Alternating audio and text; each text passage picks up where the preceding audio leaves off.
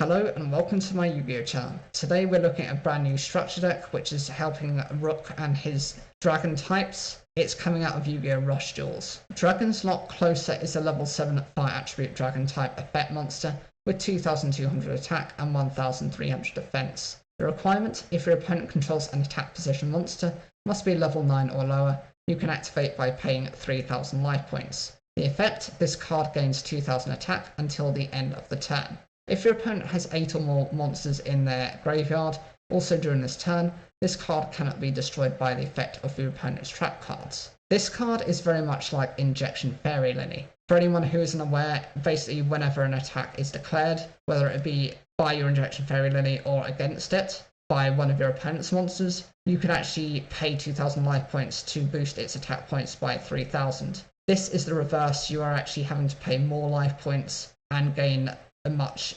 less in terms of attack points. But considering that this card already starts off with 2200, it would become a 4200 attack monster, whereas Injection Fairy Lily becomes 3400 attack. That 800 point difference can make some significance depending on what your opponent is running. It does limit it towards the requirement because your opponent needs to have something that's basically a non-maximum monster.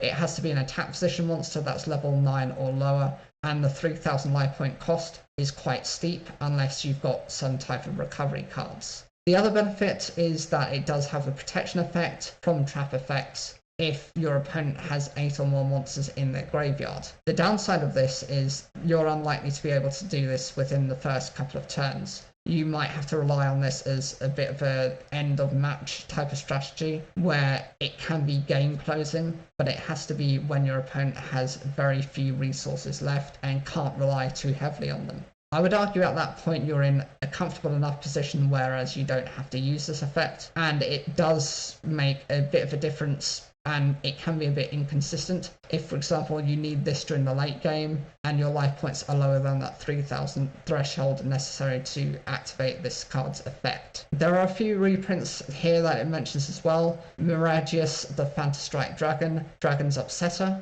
and lastly, Dragon's Setupper. I've mentioned all these cards before and their effects, so I will either leave those in cards up above or actually in the description below so you can check out those cards and their effects alongside my opinions of them. Overall, I think the cards introduced are fine, but we have yet to scratch the surface on these. They're only just giving you small glimpses into what these cards are going to be, just like a flavour for you guys to get interested in. Which of the sets are you actually going to pick up? I am actually doing a separate video for each. There's 7 characters and they're going to have brand new cards alongside their reprints. And so have a check out of all of my other videos. I will also list those down below as well for your convenience. And give me your opinions as to which deck you're most likely to pick up. Whatever you think, leave your comments down below. Like the video if you enjoyed it, and don't forget to subscribe for more daily Yu-Gi-Oh content.